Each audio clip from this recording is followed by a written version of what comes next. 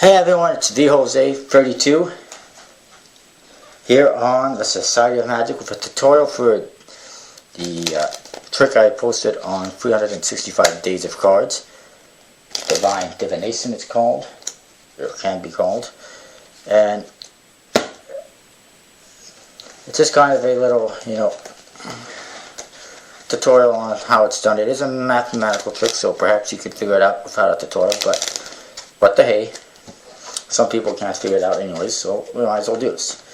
So what I did is, I did it slightly different than the performance I had seen. And I used two decks of cards. First deck I pulled out the jokers, or the spectator can do that, and also add cards and double backers and whatnot. And then you just have the deck shuffled and cut by the spectator until they are satisfied.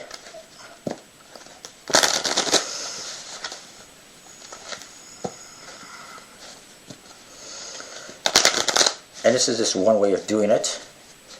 And then basically all you have to know is either the 34th card down or the 44th card down.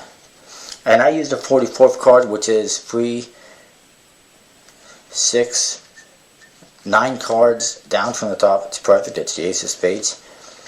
But if you want, you can use the 34th card. The only difference is if you do the 34th card, you're only going to have 3 cards selected. With 44 cards, with the 44th card, you're going to use 4 cards being selected. And for me, doing the 44th card is a little bit easier because it's easy to find the 9th card. 3, 6, 9 from the bottom of the deck. Much easier than going, okay, which one's the 34th? Then again, you could probably, just add on 10 to this. 3, 6, 9, 12,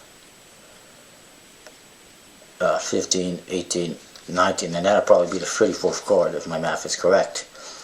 But I kind of like it my way. It's a little bit more unique. You don't usually see 4 cards selected like that. And then the rest is pretty much mathematical. I'll show you how it works though. And so what I did is I went through the cards to get a reading, as I said. To make a prediction, I looked at the 9th card, in this case, the 9th card, from the bottom of the deck, or the face of the deck, and that was the Ace of Spades in this case.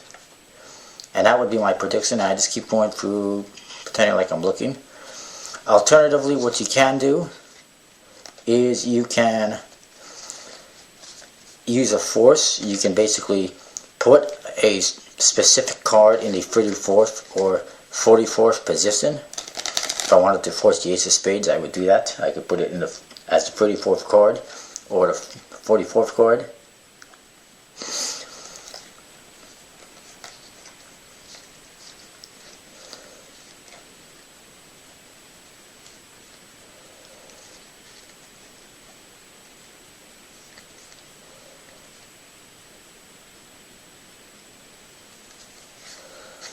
But yeah, that is the 44th card down. It's just double checking. You could also do the 45th card down. And then it would just be the very next card. And that's kind of how it usually works. But anyways. So like I said, you can put a specific card in that position. Or you can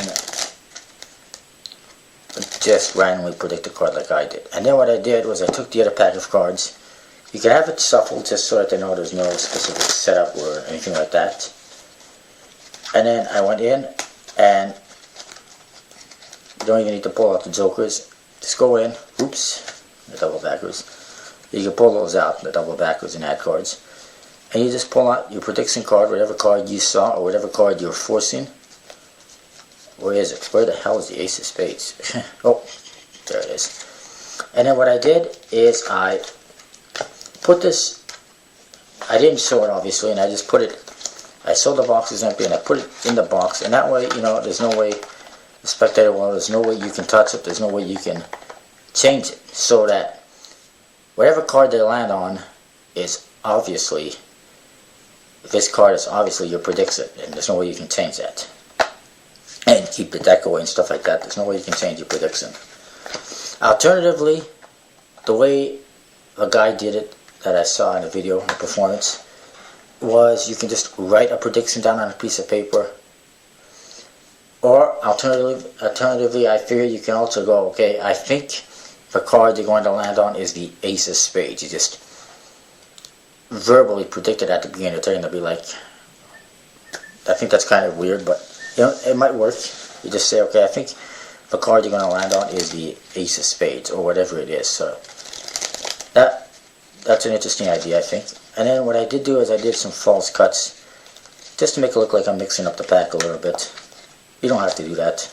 In fact, you don't even have to touch the pack. All you have to do is let the spectator shuffle the cards and cut them, and then you take the pack, find your card, and then you let them handle the pack for the rest of the time. Alternatively, you can, like I said, if you're going to force a card, obviously you don't let them touch the pack until afterwards, and then you do some false cuts, false shuffles, make your prediction, and then you let them do the rest. And now what you do is you tell them to cut about half of the cards. They take this half pack of the cards and they pull out any 4 cards. If you're going to do a card in the 34th position, of course you only want 3 cards. And then they take these cards and put them back on the pack. And now we have a look at them. And again, I kind of explained it in the trick, but we have 4 cards. What you're going to do is add cards to get to a value of 10. Or another way of explaining it is you take 10 and you subtract this value from it, and you add that many cards. In this case, 10 is 10, so you don't do nothing. 10 minus 2 is 8. 1, 2, 3, 4, 5, 6, 7, 8. The court card is 10, and then this one is 8. 1, 2, 3, 4, 5, 6, 7, 8. And now what you're going to do is you can put that aside. Oops. You're going to add up the value of these 4 cards, which would be 24. 10, 22, 24, and have them deal that many cards down. 1, 2, 3, 4, 5, 6, 7, 8, 9, 10, 11, 12, 13, 14, 15, 16, 17, 18, 19, 20, 21, 22, 23, and 24. And then they look at that card. Look at that, it's the Ace of Spades. And then you tell them, okay, there's one card I predicted in the box. And you give them the box. I think this will be a pretty powerful effect. You give them the box and you tell them to open the box and pull out the prediction. And they open the box, they pull out the prediction, and they look at it and holy crap, it's the same card. And I think they'll be amazed. It's a pretty cool trick. I hope you like it. I hope you like the tutorial. And I hope you like my variation. Like I said, originally, the performance I saw, the guy just predicted the 34th card. You can also use the 44th card, like I mentioned. And then he wrote down a prediction on a piece of paper, had them cut cards, had them select 3 cards, and then they did the same thing. And then they ended up on the 34th card, and his prediction matched. But I think mine is slightly more powerful. In fact, there's even another thing you can do that I just thought about. It might be an interesting idea, and that is you have them shuffle and cut this deck like before. You find a card,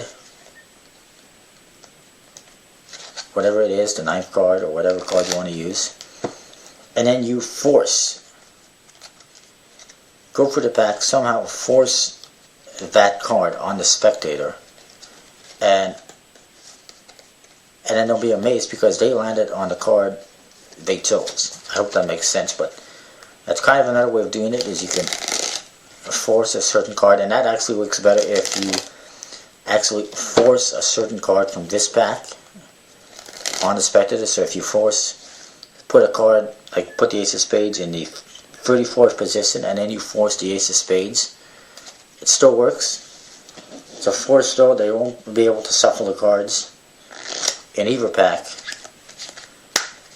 but the effect should be pretty powerful. But anyways, that's just a little thing I just came up with right now, kind of on the fly. be sure to, try out this trick. Do a video of it. If you like my forcing idea, try that out, see how it works. And I hope you all like the trick. And I will be posting another tricking tutorial on my channel today as well, so stay tuned for that. Alright, see you next time. And don't forget to comment, rate, and subscribe.